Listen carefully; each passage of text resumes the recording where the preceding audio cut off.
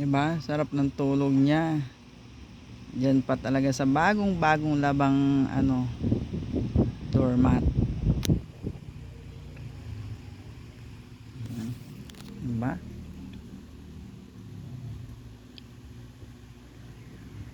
May to may nararamdaman to nakakaawa.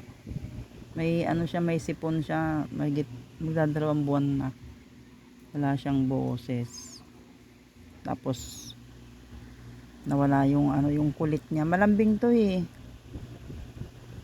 Nawala yung kulit niya. Dati sigla nito nagbabasketball pa to ng daga na nahuhuli niya Ginagawa niyang bola yung daga. Hindi ko alam kung paano gagamutin. Sabi ni baby, painumin mo mami ng Muse. Musip, sabi niya gano'n. Kulang ang araw namin pag wala siya sa bahay. Gureng. Sarap ng tulog. Sarap ng tulog niya. Isang linggo bago umuwi.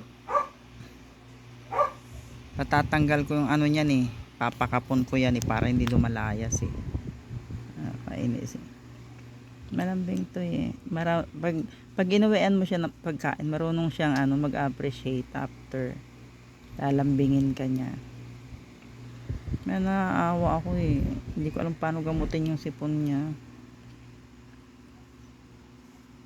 Lagi kong ginaganito dito tapos bumabahing siya, tumatalsik yung sipon niya.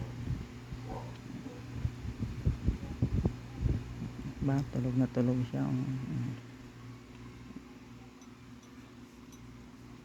Maliit pa to nung nakuha namin dyan sa katnap namin to. Kinatnap namin ng hating gabi.